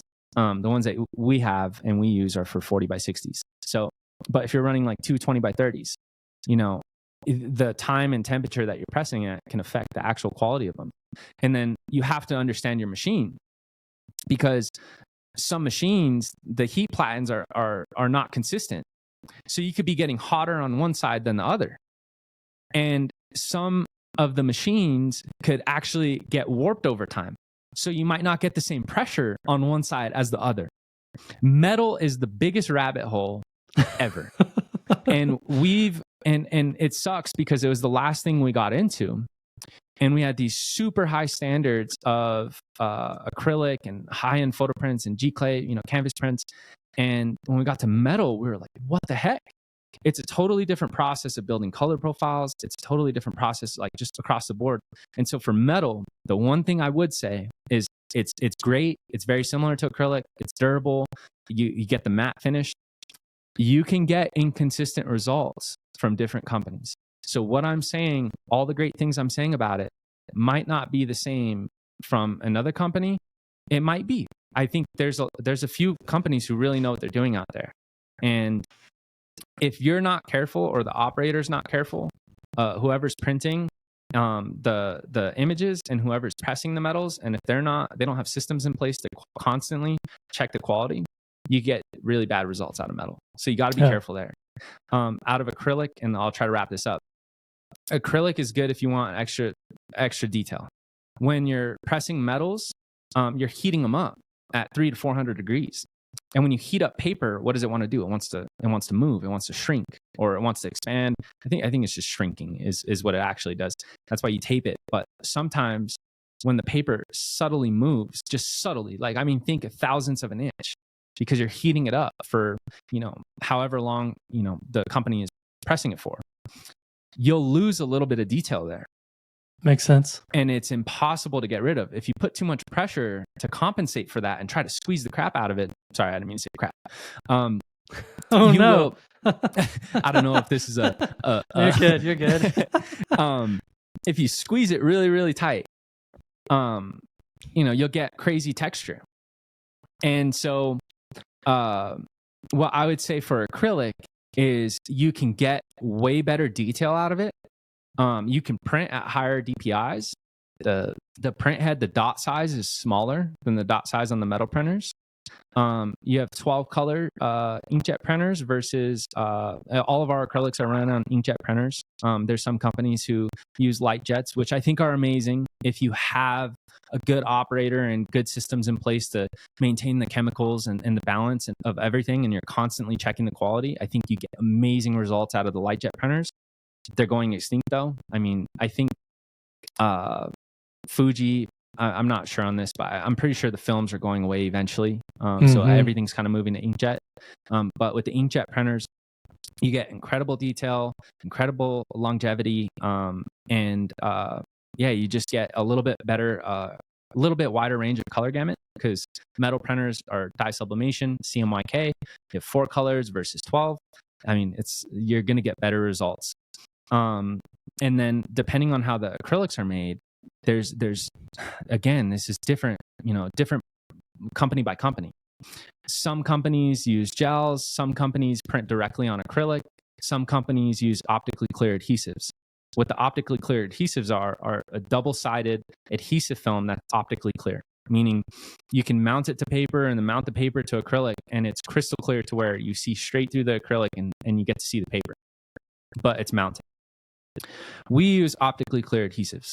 It's the best way to mount acrylic, because when you do that, you can print on inkjet photo paper and then mount it to the actual acrylic. The inkjet printers are much, much greater than any UV flatbed printer out there. So if you're printing directly on acrylic, you're not going to get the same detail and resolution that you're going to get versus if you're printing on paper and then mounting it. A lot of companies don't use optically clear adhesives because they're so hard. They're so hard to use. And you have to have the right machines. Temperature and humidity come into play. If you're not in a clean room, like an actual clean room with HEPA filters, and you're not constantly, running cleanouts, you'll get dust particles everywhere. It is probably one of the hardest things to master, but it produces some of the most amazing results. And, I take a lot of pride in our acrylic prints. I think that we're one of the best in the world at it. And I think that because, one, me and Rob spent, years, days and nights, testing. We've burned through so many rolls of materials and so many sheets of acrylic to try to master the process. And one of the things that we do differently, and a lot of people don't know this, and I don't know if I should say this or not, but I'm saying it. We run acrylic roll to roll, sheet to sheet. And I think we're the only company in the country. I know of one other guy, but he doesn't print for anyone. I mean, he only prints for himself. And he's a huge company. But we'll just leave it at that. Yeah, we'll leave it at that. And we'll leave it at that. And they're really good at what they do. And they're the only ones that I know of that do this. roll to Other roll, than sheet you. to sheet. Yeah, other than us, and that I'm aware of, and I might be wrong, and maybe there's another company that's been able to achieve it, but we run 60-inch wide, roll to roll, sheet to sheet, metallic, acrylic prints. And what that means is we mount 60-inch rolls in one shot, and then we cut them out into full sheet size prints. So imagine a 60 by 120-inch print with adhesive on it, and then mount it to acrylic perfectly every time. No dust particles, no imperfections, no silvering. You don't have to burnish the prints. You don't have to scratch them to get any imperfections out. It's perfect.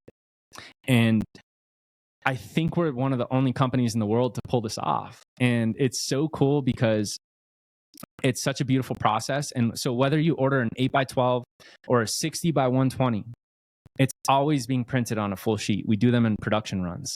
And so our output is so much greater than a lot of other companies, which allows us to keep the cost down a little bit for the end user. And it just makes it easier. And it's such a hard thing. Like the only disadvantage I can see to that is like it slows down your production time a little bit, but at the same time, you've gained a ton of economies of scale. Are you talking about production time and mounting full sheets at a time? Right. Like if you're not just gonna if you only have one 8x12 order, hopefully you're waiting for like a couple more orders so that you can run all your acrylics at the same time. Exactly. So right now our production time on acrylic is 5 to 15 business days. We typically, I think last year we only had 1 week where we didn't run acrylic on a certain week. So we have that buffer period just in case acrylic orders are slow. Right. But we've been able to accumulate enough acrylic orders to where we're able to at least run a couple sheets every single week, which is awesome. And so we mount the entire sheet and then it all gets cut out on our CNC machine after, which is like, it's the coolest thing ever. And to do them perfectly with our strict quality control is like incredible. And if we don't really let anyone watch the process because it's no one's really been able to figure it out. But maybe one day when you're at the shop, you can watch a production run, and I'll make sure to take video. No, just kidding. We're taking your phone. No, it is so cool, and the quality is just phenomenal on acrylic. And back to the comparisons, the color and the detail that you get out of acrylic is phenomenal. If you don't want glare, then True Life is the only option you have. True Life is great. It's still, I think they advertise it as anti-scratch. It still scratches. Like you can't just wipe it with anything. And you got to be really careful with them and clean them, really lightly and dust them really lightly. We actually have cleaner kits that we'll start selling now with our new website that you can use. And it has anti-static properties in it, so it won't attract as much dust. That's a big issue with acrylic prints is it attracts a lot of dust, and when you try to wipe it off, it'll scratch. So you got to be really careful with them. But just like you said, when you light them up, they are phenomenal. The way they glow on the wall is incredible. The way they reflect light is incredible. And we've always used metallic photo paper. We're working on something a little different that we may or may not release with our new website. It's a different print medium that we'll be mounting to optically clear adhesive. So same process. I love to hear that. Wider color gamut, and yeah, there's a couple other things, but yeah, it's pretty cool. But yeah, our acrylic prints are just phenomenal, and I feel like I've had brain damage from I'm serious, like slight memory loss from staying up so many nights in a row and drinking so much caffeine and having so much stress trying to figure things out. I mean, we've had a lot of bad things happen to us that have allowed us to figure out how to do this. Very, very expensive problems, machines going bad. They're called nip rollers on the laminator machines going bad. We've had a lot of issues, and yeah, so I'm just very grateful, and I get super excited to talk about it because of all the hard times we've had to get to this point. But yeah. Well, Lyric, I had 2 more questions for you. Okay. Hopefully these aren't equally big rabbit holes. So one thing I really appreciate about you guys that I feel like a lot of photographers overlook in this process, especially if they're not ordering for themselves, if they're ordering for customers, is the packaging as well as the shipping costs. And I know that one of the biggest reasons I went with you guys was that those two things right there, because when I'm selling prints, like I have to know my profit margins, right? And if I don't know how much it's going to cost me to ship it across the country, like I could lose my shorts on the sale. And so like the fact that you guys have static built-in shipping costs that are the same for every size. Like if I'm shipping to New York City versus Denver, it's the same price. Like that's huge for me in terms of like how I sell my prints and price my prints. And then the second thing is I feel like you guys put a lot of effort into your packaging so that the end user, the person receiving the print, like it's a nice product. So maybe talk a little about those two things and why you decided to kind of incorporate those into your process. Yeah, I'll keep this one a little shorter. It's not as big of a rabbit hole. I would say with the shipping costs, everything we do has always been with the photographer in mind, and we always put ourselves in those shoes because we've been there. We opened a gallery. We had a gallery for a couple years. We had to figure out all the shipping stuff. Back in the day, we used to make boxes from full sheets. We would measure them out and line them and cut them and do all this stuff and foam wrap and put corners. And, over the years of just doing everything the wrong way, we've learned what the right way should be. And in terms of like shipping costs, when we had our gallery and we were selling prints online and we would go to art festivals and, sell to people who are across the country, it's very confusing. I mean, shipping is different to every address. If you go into UPS and you say, I want to ship this to New York, Florida, Maine, Colorado, California, it's so complicated and none of the shipping companies can give you a straight answer. So what we did when we had our gallery was we just standardized it. Over a certain price was free because we were charging so much in the gallery. We knew we can incorporate it into the cost of the print. And then, under a certain size, we charged in levels, $20, $30, $40, $50, $60 for shipping. And we wanted to simplify it on the customer's end and deal with the variables on our end because it's easier for us to deal with that than the customer. So when we kind of transition more into a print lab, it's kind of the same deal. When you think about a photographer building out a website or going to an art show, if they had to have a list of the exact shipping cost to this place, this place, this place, this place, they would probably, in the amount of time searching for this person's address, lose the sale. The person would get like, oh my God, like, I got to go, or it just doesn't work. And so it always comes back to the photographer being first in mind and then systemizing the system. And so for us, we took all the data that we had accumulated over a few years and we said, let's build a standardized pricing sheet for mainland United States, because that's where a majority of our orders go anyways. And it'll be based on order value. So that way photographers can easily determine how much it's going to cost to ship. It doesn't matter if it's going to Maine, it doesn't matter if it's going to Colorado. It just needs to be shipped. So what that looks like on our end is we've got it, to a point where we lose our butts sometimes. Like if we have to ship a 40 by 60 or two 40 by 60s to New York or Maine, we're in Albuquerque, New Mexico. Right. It is not $80 to ship that. Sometimes it's $200. Sometimes it's $300. Sometimes if two 40 by 60 canvases has to go freight. And that can't go UPS ground or FedEx ground. And so we lose a lot.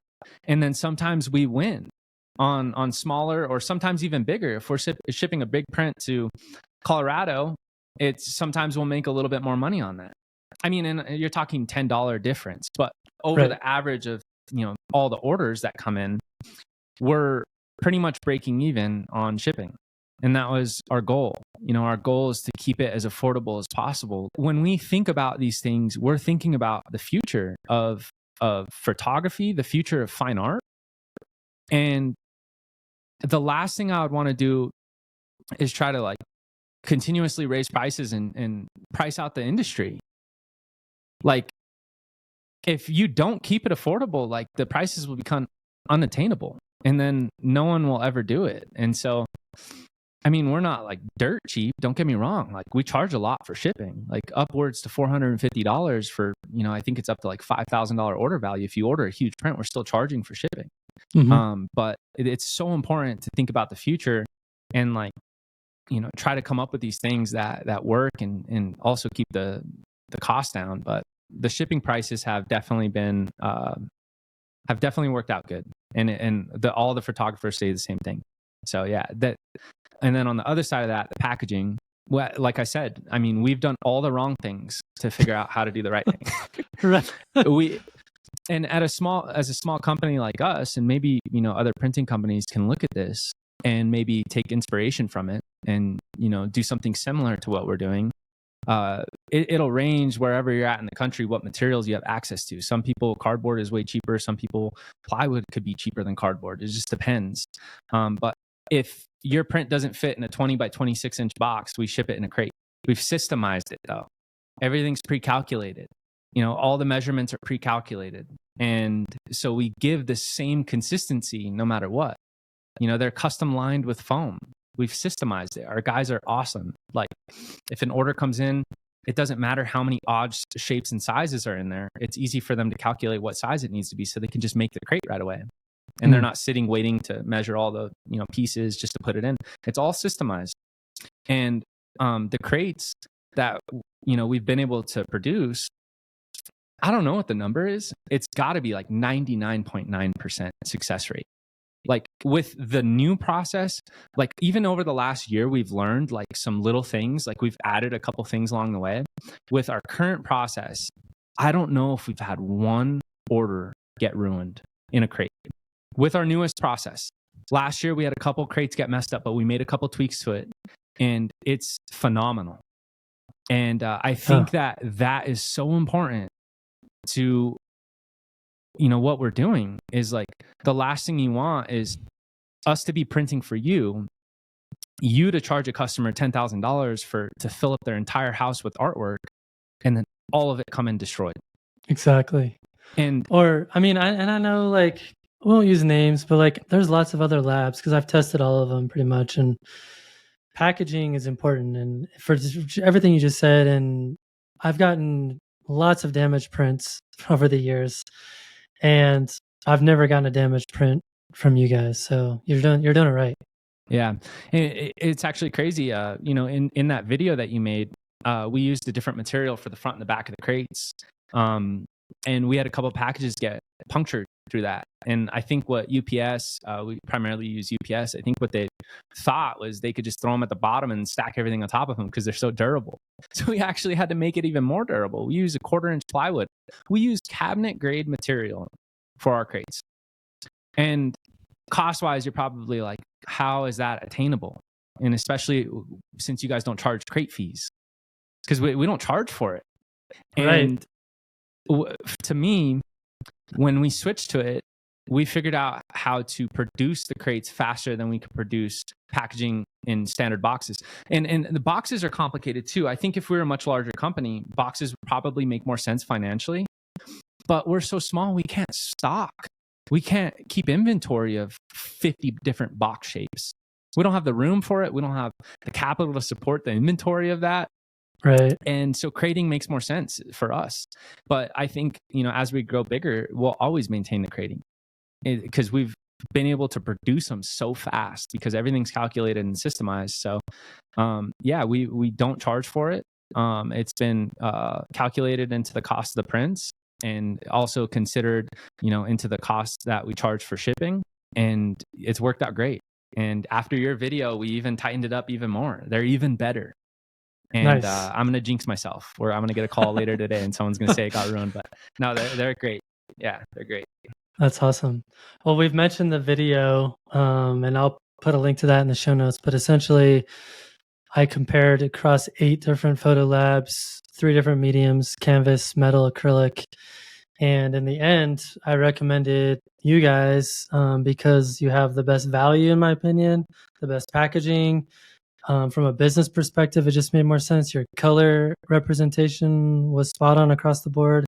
It's just a high quality product, and it's perfect for people like us who are trying to sell prints. And I could see like if you're a photographer and maybe all you do is maybe print 1 or 2 images for yourself and you want like super, I don't know, like some fancy kind of paper that you guys don't currently stock, and maybe it would make sense to use a different lab for those anything like that. But if you're trying to run a business and you have a systematic process of selling your inventory, I think using you guys makes total sense. How can photographers learn more about you guys, your process, and what are the first steps in establishing a relationship with you guys? Yeah. As photographers, I would say the best thing is to sign up for a pro account. You can go to our website, nmfa.io, and sign up for a pro account there. Depending on when this video is released, we may or may not have our new site up. But we do ask for like a website or social media, something to prove that you're a photographer, not just trying to get in, on pro pricing and, whatever it is. But yeah, we'll approve your account. I'll send you a welcome email. You'll have our production times, our pricing sheets, a video on how to order prints. With our new system, you'll have a video tutorial showing you all the different features in your NMFA Pro dashboard, how to store your files, how to order your files. We're in the new NMFA Pro dashboard. There's also resources like how to price your work, pricing cheat sheets, information about prints. So if you want to learn even more and you want to go down the rabbit holes, we'll have more information there. YouTube tutorials in the dashboards, a lot of cool stuff. But yeah, sign up for a pro account. I always recommend that's the first thing you do. I'll send you the welcome email. It'll answer a lot of your questions. And if you still have questions after that, the best way to contact us right now is probably through email. Orders at nmfa.io. We try to clear out the inboxes a couple times a day. And if not, you can call us 505-910-1640. And the chances are, depending on when you're watching this, I'll probably be the one answering the phone. So I spend a lot of time with customers, and it doesn't matter if you're just getting started or if you are, one of the best photographers in the world. I would answer your questions, give my opinions, and just try to help as much as I can. I want to see the industry grow.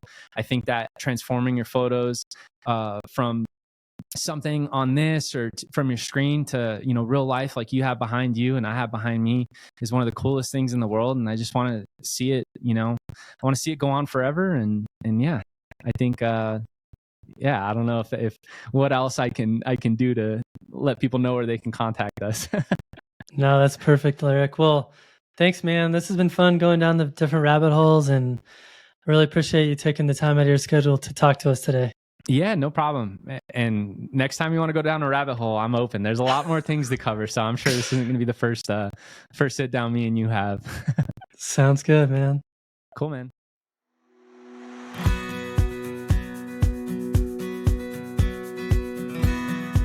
Thank you, Lyric, for joining me on the podcast this week. I hope that listeners gained valuable insight into printing with a lab and that we answered some of your burning questions. If you still have more questions, please know that we have developed a free way for listeners to interact over on Patreon. Just go to patreon.com/fstopandlisten to engage in the ongoing conversations about every single episode. Joining to comment is completely free, so check it out. Also, almost every single episode since 299 is available on YouTube, where you can put a face to the voice and see images from our guests. If you prefer a video format, please check out the YouTube feed. I will put links to both in the show notes. I have to thank our latest paid members on Patreon. These fine, upstanding photography citizens have stepped up to financially support the show, ensuring that I can continue to bring you meaningful content week after week. Photography is the only way that I make money, so any help is greatly appreciated. Thank you to Pete Smith, Jim Scott, Carol Collette, William Michaels, and Ben Henry. You're all awesome. And lastly, I want to share this super uplifting note from listener Darlene Sowers. Dear Matt, I'm going to spit this out because I've been listening to your podcast a lot lately. It's changing my photography. That's good. When you or your guest say something that bothers you or gives you a negative reaction regarding photography, I say, I do that. I'm listening and I'm making mental notations. I'm evolving, but I have a lot of work to do. Just a little appreciation for a podcast that has a real life impact on me as a photographer. From someone who has a lot of imposter syndrome issues, getting to listen to a lot of different amazing artists is really a gift. I'm not giving enough on your Patreon, so I'm going to change that too. Thanks for your work. Wow. Thank you so much, Darlene, for that note. I'm so happy that this podcast is making a difference in photographers' lives and approaches to the craft. Thank you for making my day. Cheers. Okay, that's all for now. Thanks for stopping in, collaborating with us, and listening. See you next week.